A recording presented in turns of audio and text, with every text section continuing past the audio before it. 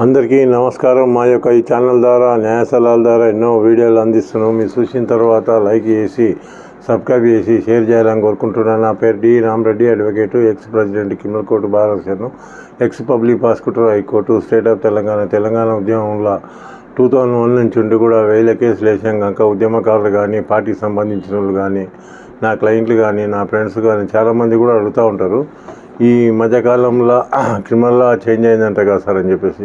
చాలా important question కూడా ఇది. ఎందుకంటే భారతదేశం మొత్తం కూడా 29 రాష్ట్రాల్లో కూడా సెంట్రల్ గవర్నమెంటు భారతదేశం మొత్తం కూడా రివ్యూ చేసి ఈ క్రిమినల్ లాలో ఏంటంటే ఇంతకుముందు 3 ఉంటుండే, ఐపీసీ కానీ, క్రిమినల్ ప్రొసీజర్ కోడ్ కానీ, ఇండియన్ ఎవిడెన్స్ కానీ, ఈ 3 కూడా ఎప్పుడో బ్రిటిష్ కాలం నుంచి ఉన్నటువంటి చట్టాలను రద్దు చేసి రివ్యూ చేసిన తర్వాత పార్లమెంట్లో పెట్టిన తర్వాత, పార్లమెంట్లో బిల్లు పాస్ అయిన తర్వాత 2023లా, ఎందుకంటే అది పాస్ అయిన తర్వాత దాన్ని కాపీని మొత్తం కూడా రాష్ట్రపతికి పంపించేసి రాష్ట్రపతి ఆమోదం పొందిన తర్వాత ఈ 3 కూడా చేంజ్ అయ్యి, ఎందుకంటే ఐపీసీ ప్లేస్లోనేమో బిఎన్ఎస్ అని, భారతీయ న్యాయ సన్నిహిత అని, సిఆర్పిసి ప్లేస్లోనేమో భారతీయ నాగరిక సురక్ష సన్నిహిత 2023 యాక్టు, ఈ ఇండియన్ ఎవిడెన్స్ యాక్ట్ ప్లేస్లోనేమో భారతదేశం మొత్తం కూడా దాన్ని బిఎస్సి అని, భారతీయ సాక్ష్య అధినియం అని, ఈ 3 కూడా చేంజ్ అయినాయి. ఈ 3 కూడా బిఎస్ఏ,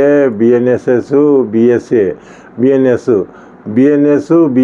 బిఎన్ఎస్ఎస్, ఈ 3 కూడా ఎందుకంటే క్రిమినల్ మూల స్తంభాలు. ఐపీసీ కానీ, సిఆర్పిసి కానీ, ఎందుకంటే ఇండియన్ ఎవిడెన్స్ కానీ, ఇంతకుముందు మొత్తం కూడా ఇవన్నీ ఎప్పుడో బ్రిటిష్ కాలం నుంచి ఉన్నటువంటి చట్టాలు ఇవన్నీ రద్దు చేసి ఈ 3 కూడా 2023లోని యాక్ట్లు వచ్చినాయి. ఆ చట్టాలు అనేది 2023లో వచ్చినాయి కనుక అమలు చేసుకోమట్టుకోము జూలై 1, 2024 నుంచి అమలు అవుతున్నాయి 29 రాష్ట్రాలలో కూడా. అందుకని చెప్పి చాలామంది కూడా తెలియదు. ఇంకా కూడా సెంట్రల్ గవర్నమెంట్ ఏం చేసిందంటే కొన్ని సెమినార్స్ కండక్ట్ చేసి మొత్తం పబ్లిక్ లోపల తీసుకుపోయినంటే ఇప్పుడు 1 ఇయర్ అవుతుంది. ఇంతవరకు చాలామంది కూడా కొత్త యాక్ట్లు వచ్చినామని కూడా తెలియదు. ఎవరైతే కేసుల్లో ఇన్వాల్వ్ అవుతారో వాళ్ళకే తెలుస్తుంది. వాళ్ళే అడుగుతున్నారు నన్ను ఫోన్ చేసి కూడా. పాతలో కేసులలో ఇన్వాల్వ్ కాలంలో పాతవే ఉన్నాయని అనుకుంటున్నారు చాలామంది కూడా. అది తప్పు. ఎందుకంటే వచ్చి కూడా సంవత్సరం అయింది. యాక్ట్లు వచ్చి 2023లో వచ్చాయి. ఇంచుమించు ఆల్మోస్ట్ 22 ఇయర్స్ అయిపోతుంది అది కూడా. అందుకని ఇవన్నీ కూడా తెలుసుకోవాలి. ఎందుకంటే 3 యాక్ట్లు కూడా చేంజ్ అయ్యి ఐపీసీ ప్లేస్లోనేమో బిఎన్ఎస్ అని వచ్చింది, సిఆర్పిసి ప్లేస్లోనేమో బిఎన్ఎస్ఎస్ అని వచ్చింది, ఇండియన్ ఎవిడెన్స్ యాక్ట్ ప్లేస్లోనేమో బిఎస్సి అని వచ్చింది. బిఎస్సి అంటే భారతీయ సాక్ష్య అధినియం. ఈ ఇండియన్ ఎవిడెన్స్ యాక్ట్ అనేది సివిల్ లా, క్రిమినల్ లా మొత్తం ఉపయోగపడుతుంది. సివిల్ యాక్ట్లు చేంజ్ కాలేదు, ఓన్లీ క్రిమినల్ యాక్ట్లు. ఈ క్రిమినల్ ఎందుకంటే చాలామంది కూడా మహిళల మీద, చిన్నారుల మీద లైంగిక వేధింపులు ఎక్కువైనాయి, రేప్ కేసులు ఎక్కువైనాయి. 29 రాష్ట్రాల్లో కూడా మహిళల మీద దాడులు జరుగుతున్నందుకు అవన్నీ కూడా కఠినంగా శిక్షించాలని, క్రిమినల్స్ తప్పించుకోకూడదని చెప్పేసి ఇవన్నీ రివ్యూ చేసి అన్నీ కూడా చట్టాలను పకడ్బందీగా చేసినమాట. భారతదేశం మొత్తం 29 రాష్ట్రాల్లో అమలైకం మటుకము జూలై 1 నుంచి 2024 నుంచి అమలు అవుతూ ఉన్నాయి. పాత యాక్ట్లు పాత కేసులు ఏమవుతాయి సార్ అని కూడా అడుగుతూ ఉంటారు. పాత కేసులు పాత ప్రొసీజర్ ప్రకారమే ఫాలో కావాల్సి వస్తుంది. అందులో కొన్ని కేసులలో ఎఫ్ఐఆర్ అయిన ఫస్ట్ ఇన్ఫర్మేషన్ రిపోర్ట్ వచ్చిన తర్వాత, ఛార్జ్షీట్ వేసిన తర్వాత వాళ్ళు ఎందుకంటే ట్రయల్ అయిపోయినంత, డిస్పోజల్ అయినంత వరకు ఆ పాత ప్రొసీజరే ఫాలో కావాల్సి వస్తుంది. అందుకని అది కూడా చాలామంది డౌట్ ఉంది. అందుకని పాత ప్రొసీజర్ ఫాలో కావాలి. ఈ కొత్త కేసులు మటుకు జూలై 1 నుంచి రిజిస్టర్ అయిన కేసులకే కొత్త ప్రొసీజర్ అన్నమాట. అందుకని చెప్పేసి ఇవన్నీ కూడా గమనించుకోవాలి. మీరు ఎవరైనా అర్థం కానప్పుడు ఉంటే వేరే వాళ్ళని కూడా అడగవచ్చు. మీ న్యాయవాది ఉంటే, మీ అడ్వకేట్లు ఉంటే అప్రోచ్ చేయి అడగవచ్చు.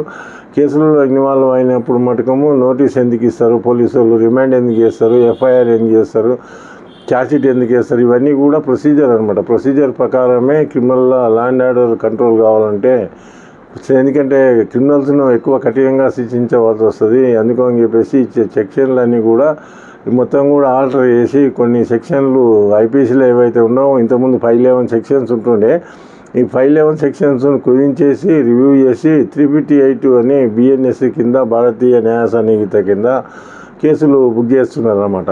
ఇప్పుడు ఎఫ్ఐఆర్ అయ్యేటివన్నీ కూడా ఐపీసీ లేదు, ఇప్పుడు అంతా బిఎన్ఎస్ 1 ఇయర్ అయిపోతుంది.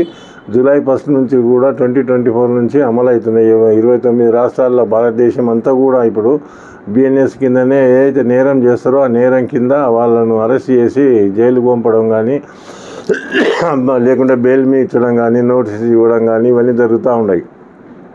ఇది బిఎన్ఎస్ కింద వేసినప్పుడు మనం ప్రొసీజర్ ఫాలో కావాలి. ఇంతకుముందు సిఆర్పిసి ప్రొసీజర్ ప్రకారము మన సిఆర్పిసి ఫాలో అవుతుంది. సిఆర్పిసి లేదు కనుక పోలీసులు అరెస్ట్ చేసినా రిమాండ్ చేసినా దాంట్లో బెయిల్ అవుట్ గెట్ బెయిల్ అనేది పోలీసులు కూడా రిమాండ్ చేసి ఛార్జ్షీట్ వేసి అందులో ఎఫ్ఐఆర్ చేయడము, ట్రయల్ కండక్ట్ చేయడము, జడ్జెస్ కూడా ఎందుకంటే కేసులు డిస్పోజ్ చేయాలంటే కూడా దాన్ని కూడా ప్రొసీజర్ ప్రకారమే చేయవలసి వస్తుంది, ఫాలో కావాల్సి వస్తుంది కూడా. ఇప్పుడు సిఆర్పిసి ప్లేస్లో బిఎన్ఎస్ అని వచ్చింది కనుక బిఎన్ఎస్ఎస్ని ఫాలో కావాలి. ఇంతకుముందు 484 సెక్షన్స్ ఉంటుండే సిఆర్పిసిలో. 484 సెక్షన్లో ఇప్పుడు అవన్నీ కూడా కొన్ని ఇండ్ల సెక్షన్లు పెరిగి 531 అయినాయి. 531 ఎందుకంటే బిఎన్ఎస్ఎస్ అంటే భారతీయ నాగరిక సురక్ష సంహిత 2023. దీన్ని ఫాలో అయ్యి ప్రొసీజర్ ప్రకారము మనము కేసులు వాదించుకోవడం కానీ, ఏదైనా డిశ్చార్జ్ చేయడం కానీ, ఇలా బెయిల్ పొందడం కానీ, ఇవన్నీ కూడా పోలీసులు రిమాండ్ చేయడం కానీ ఇవన్నీ కూడా బిఎన్ఎస్ఎస్ కిందనే ఫాలో కావాల్సి. జడ్జెస్ కూడా కేసులు డిస్పోజ్ చేయాలంటే, జడ్జిమెంట్లు ఇవ్వాలంటే, బెయిల్స్ గ్రాంట్ చేయాలన్నా, ట్రయల్ కండక్ట్ చేయాలన్నా వాళ్ళు కూడా ఎందుకంటే ప్రొసీజర్ ఎవరికైనా కూడా బిఎన్ఎస్ఎస్ అనేది భారతీయ నాగరిక సురక్ష సంహిత 2023 యాక్ట్ అనేది చాలా ఇంపార్టెంట్. దాన్నే ఫాలో కావాల్సి వస్తుంది అందరు కూడా. అందుకని ప్రొసీజర్ అనేది చాలా ఇంపార్టెంట్ క్రిమినల్లో. చాలామంది కూడా చాలా ఫోన్ చేసి కూడా నాకు అడుగుతూ ఉంటారు ఈ మధ్యకాలంలో. ఎందుకంటే చాలామంది కూడా క్రిమినల్లో చాలామంది ఇన్వాల్వ్ అవుతున్నారు కనుక ఇన్వాల్వ్ అయినప్పుడు కంప్లైంట్ కానీ ప్రొసీజరు ఎందుకంటే అక్యూజ్డ్ పర్సన్స్ కానీ సార్ కేసుకు ఎందుకంటే ఛార్జెస్ కోసము ఫ్రేమింగ్ ఆఫ్ ఛార్జెస్ అంట, ఎగ్జామినేషన్ అంట, ఇవన్నీ కూడా అన్నీ ఉన్నాయంట, నెక్స్ట్ పేజ్లో అందరు రావాలని కూడా చెప్తూ ఉంటారు.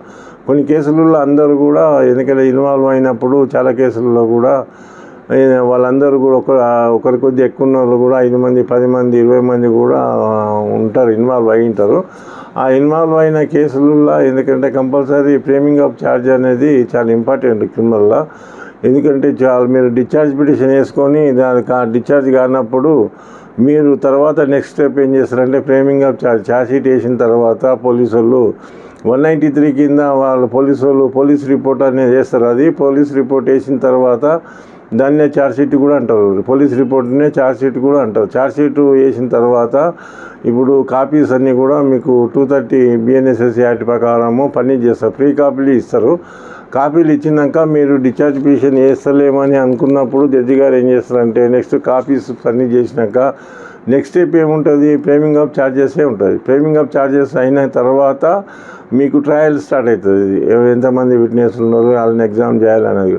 ఫ్రేమింగ్ ఆఫ్ ఛార్జెస్లో ఏముంటుంది, నువ్వు ఏ కేసులు అయితే ఇన్వాల్వ్ అయి ఉంటారో ఆ కేసులలో విట్నెస్లు ఇట్లా చెప్పారు, ఈ ఛార్జింగ్ ఇట్లా నువ్వు చేసినావు, నీ మీద నేరం చేసినట్లు పోలీసులు ఛార్జ్షీట్ వేసిండ్రు. ఆ ఛార్జ్షీట్ను మొత్తం కూడా మీరు చదువుకొని జాగ్రత్తగా చెప్పవలసి వస్తుంది. ఎందుకంటే అన్నీ కూడా మీరు అడ్మిట్ చేస్తే మటుకము మీకు ఇమ్మీడియట్లీ జైలు శిక్ష పడడానికి కూడా ఆస్కారం ఉంటుంది. అందులో చదువుకున్నది నేరం చేయలేదని చెప్తారా, నేరం చేసినామని చెప్తారు. నేరం చేయలేదని చెప్తేనేమో కేసు ట్రయల్ నడుస్తుంది. దాని మీద ఎంతమంది విట్నెస్లు అన్నీ కూడా ప్రొడ్యూస్ చేయవలసి వస్తుంది. చాలామంది కూడా నాకు ఫోన్ చేసి సార్ కేసు ఇట్లా చెప్పిండ్రు, ఇట్లా అడుగుతున్నారు అన్నప్పుడు మీరు ఏదైతే ఫ్రేమింగ్ ఆఫ్ ఛార్జ్ ఉన్నప్పుడు ఏ అడ్వకేట్ కూడా ఇంటర్ఫియర్ కాడు, మిమ్మల్ని ముద్దాయిని అడుగుతారు జడ్జెస్. ఆ ఫ్రేమింగ్ ఛార్జెస్ అడిగినప్పుడు ఆ టైపింగ్ కొట్టి అవి ఏదైతే ఏ లాంగ్వేజ్ వస్తుందో మీకు ఆ లాంగ్వేజ్లోనే మీకు వాళ్ళు ఇంగ్లీష్లో టైప్ కొట్టినా మీకు జడ్జి గారు ఎందుకంటే మీకు అర్థమయ్యేటట్లు క్వశ్చన్లు అడుగుతారు.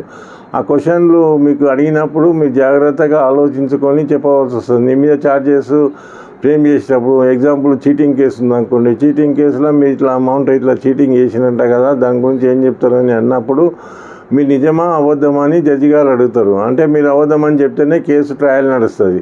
నిజమని చెప్తే కేసు అప్పుడప్పుడే మీకు జడ్జిమెంట్ కూడా ఇస్తారు, మిమ్మల్ని కస్టడీ తీసుకుంటారు, జైలు కూడా పంపడానికి ఆస్కారం ఉంటుంది. అందుకని జాగ్రత్తగా మీకు వేసిన ఛార్జ్షీట్ పోలీసులు వేసిన ఛార్జ్షీట్ను క్లుప్తంగా చదువుకోవాలి.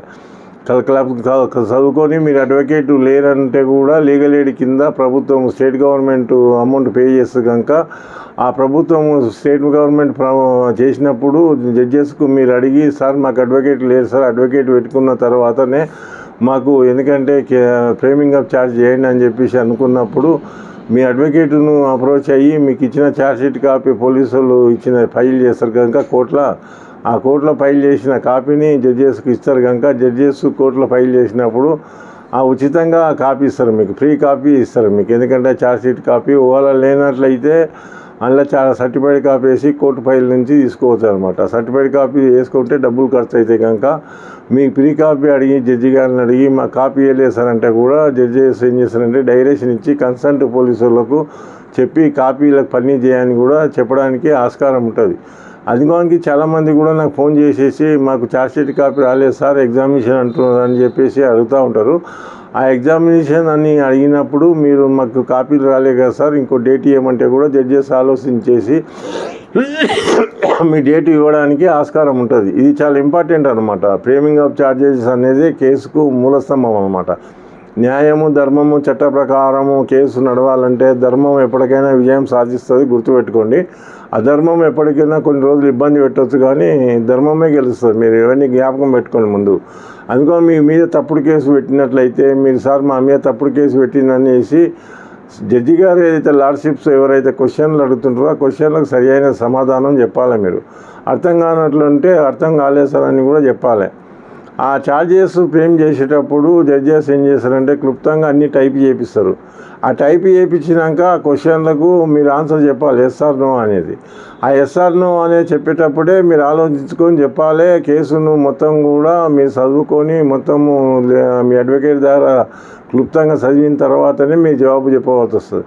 జవాబు అలా రాంగ్ చెప్పిననుకోండి మీరు ప్లీడ్ గిల్టీ కింద అయ్యి మీకు అందులో ఆ సెక్షన్ కింద ఎన్ని సంవత్సరాలు జైలు ఇచ్చిందో అన్ని సంవత్సరాలు వేయడానికి ఉంటుంది, ఫైన్ వేయడానికి కూడా ఉంటుంది. అందుకని నేను చాలామంది కూడా చెప్తున్నాను, జాగ్రత్తగా మీరు చదువుకోండి.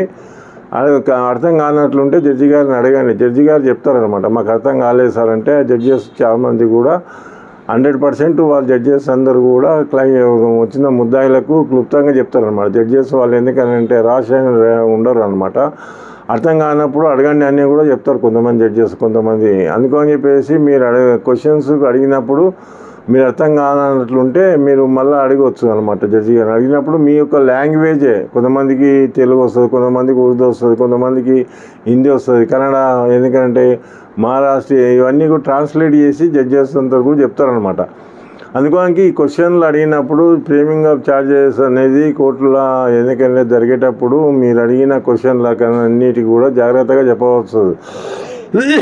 ఎందుకంటే మీకు అడ్వకేట్ లేని కొంతమంది చాలామంది కూడా రిమైండ్లు ఉండి 60 డేస్ లోపల పోలీసులు కొన్ని ఛార్జ్షీట్ వేస్తారు, కొన్ని 90 డేస్ లోపల వేస్తారు. ఛార్జ్షీట్ వేసిన తర్వాత కాపీస్ ఇస్తే జైల్లో ఉన్న వాళ్ళకి ఎందుకంటే వాళ్ళకు వెనుక ముందు ఎవరు ఉండరు అన్నమాట. రిలేటివ్స్ ఉండరు, ఫ్రెండ్స్ ఉండరు, ఎవరు ఉండరు, కూడా హెల్పింగ్ కూడా చేయరు. చాలామంది కూడా చాలా కేసులలో ఇన్వాల్వ్ అయితే ఎవరు హెల్ప్ చేయరు.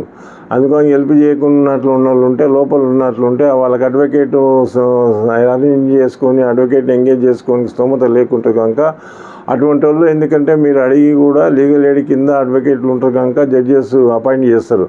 మీరు జడ్జి గారికి ఒక పిటిషన్ పెట్టుకొని నా స్తోమత లేదు సార్, నాకు ఎవరు హెల్ప్ చేసేటోళ్ళు కూడా లేరు, మీరే సాయం చేయాలి, అడ్వకేట్ని అరేంజ్ చేయాలి సార్ అని చెప్పి అన్నట్లయితే రాష్ట్ర ప్రభుత్వం ఇచ్చే డబ్బులతోని, ఎందుకంటే వాళ్ళ జడ్జెస్ అందరూ కూడా అపాయింట్ చేసి మీకు సాయం చేయమని చెప్పేసి అడ్వకేట్కి ఇస్తారు. ఆ అడ్వకేట్ అడ్రస్ ఇచ్చినప్పుడు, ఫోన్ నెంబర్ కానీ అడ్రస్ కానీ ఇచ్చినప్పుడు మీరు ఉత్తరంగ ద్వారా కానీ మీకు వచ్చి ఇంటర్వ్యూ కానీ పెట్టినట్లయితే జైలుకి వచ్చి వాళ్ళకి మీకు ఇచ్చిన కాపీస్ అతనికి ఇచ్చినట్లుంటే మీ తరపున వాదించడానికి ఆస్కారం ఉంటుంది అన్నమాట.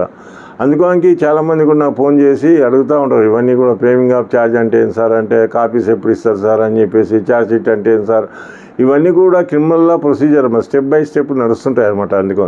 అందుకోనికి ఇవన్నీ చూసి ఫాలో అవుతారని చెప్పి కోరుకుంటున్నా. అందరికీ నా ధన్యవాదాలు.